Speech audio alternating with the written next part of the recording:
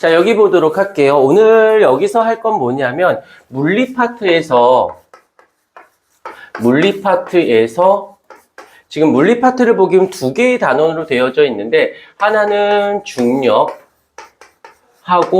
수평으로 던진 물체의 운동이 나와져 있고, 두 번째로는 관성이라고 해서 관성하고 운동량하고 충격량의 관계가 이렇게, 대성수 맞나요? 네네네. 요 파트가 나뉘어져 있어요. 요렇게. 그런데 여기서 이제 우리가 중요하게 생각을 해주셔야 되는 부분이 뭐가 있냐면, 이걸 할 때 문제들을 보게 되면은 이거 못지않게 여기에 관련된 베이직들, 그러니까 물리 파트. 근데 이 웃긴 게 이게 중학교 때 물리, 고1 때 물리, 고2 때 물리가 구별이 없어. 베이직이라는 명목하에 여기서는 이제 어떤 내용들이 어떻게 나오냐면, 고등학교 2학년 때, 고2 때 배우는 원파트 내용으로 배워놓고 얘네들을 내려가면 굉장히 부드러워져요. 그런데 더 중요한 건 학교에서 출제를 이렇게 보면 100% 얘네들은 난이도를 상으로 잡아주면서 100% 대성은 이거 베이직이니까 다 하긴 해야 돼요. 얘네. 그래서 난이도 상적인 부분에서 반드시 통합 과학의 내용하고 고등학교 2학년 때 배우는 원파트가 중복돼서 합쳐져서 나온다라고 보시면 돼요.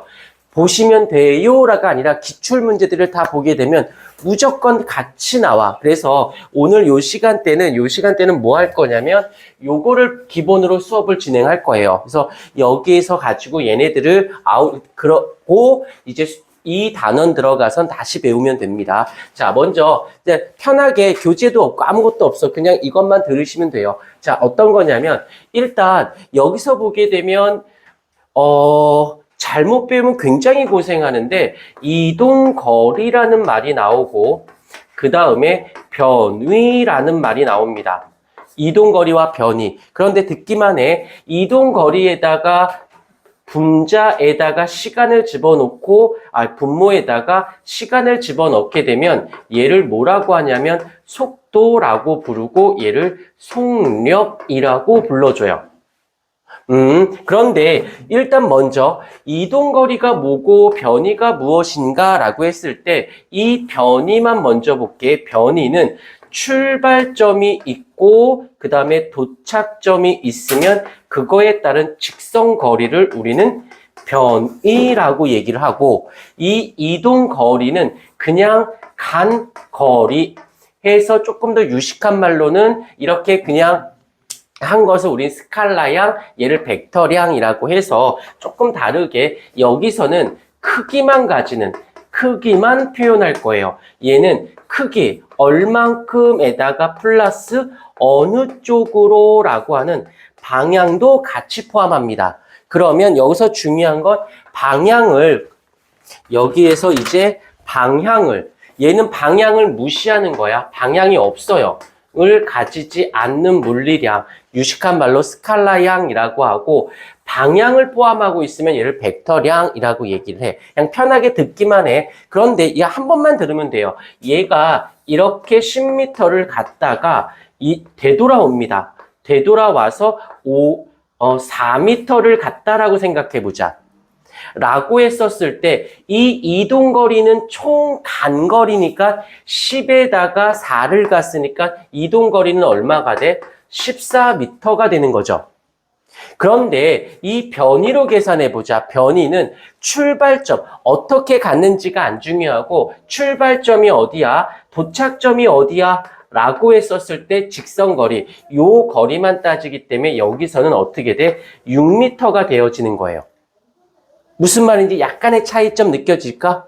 오케이. 요거 느껴야 돼. 그랬을 때 시간적 개념을 집어넣을 거예요. 시간적 개념을 넣어줄 거예요. 라고 했다면 얘가 속력이 되고 얘는 속도가 되어집니다. 라고 하는 거지. 어떤 차이가 있는지 알 수 있을까? 그래서 여기서 중요한 건 바로 방향이에요. 방향을 포함할 거냐, 방향을 포함하지 않을 거냐가 중요한 거야. 이해가 됐을까? 오케이. 여기에서 중력하고 수평으로 던진다라고 했을 때 관성이 되어졌건 간에 그다음에 운동량, 충격량 했을 때 여기에서 나중에 알게 될 텐데 여기에서 결국에는 이 문제를 풀 수 있다 없다의 가장 중요한 방향성은 어떻게 방향을 설정하는 것이 굉장히 많이 중요합니다.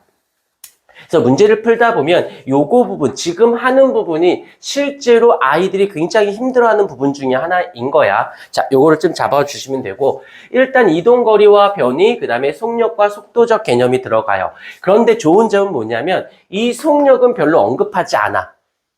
그리고 이 속도를 연장선상으로 갑니다. 다시 말하면 우리는 항상 방향을 고려해야 된다는 거 잊지 않도록 하고, 그런데 지금 속도라는 말을 좀 더 일상적인 용어로 써볼게. 시간 동안에 이동한 거리의 직선거리라고 잡는데 여기에서 빠르다 늦다인데 여기서 이렇게 또 나뉘어지게 돼요. 뭐가 나뉘냐면 등속도 운동이라고 있고 가속도 운동이라고 있어요. 그래서 배워본 사람은 알아. 자, 이제 등속도는 뭐고 가속도는 뭐냐면 앞에 등자가 붙었어. 등이라는 말은 일정하다라는 거야. 잘 풀어볼 테니까. 속도인 빠르기가 속도가 변하지 않는 운동을 우리는 등속도라고 얘기해요. 그 다음에 앞에 가자가 붙었어. 얘는 뭐냐면 속도가 변하는 운동을 우리는 가속도라고 얘기합니다. 정신 차려. 졸면 안 돼. 자, 등속도는 속도가 변하지 않는다고, 가속도는 속도가 변하는 운동을 얘기해요. 이때 때려주고도 꼭 같이 나오는 애가 누구냐면 바로 얘죠. 바로 힘이라는 개념이 여기에 이렇게 맞물리게 돼요.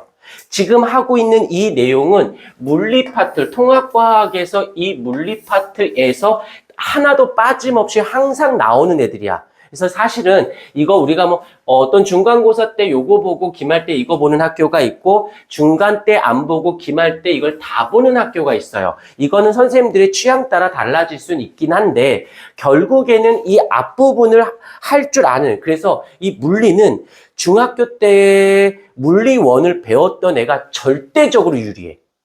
절대적으로.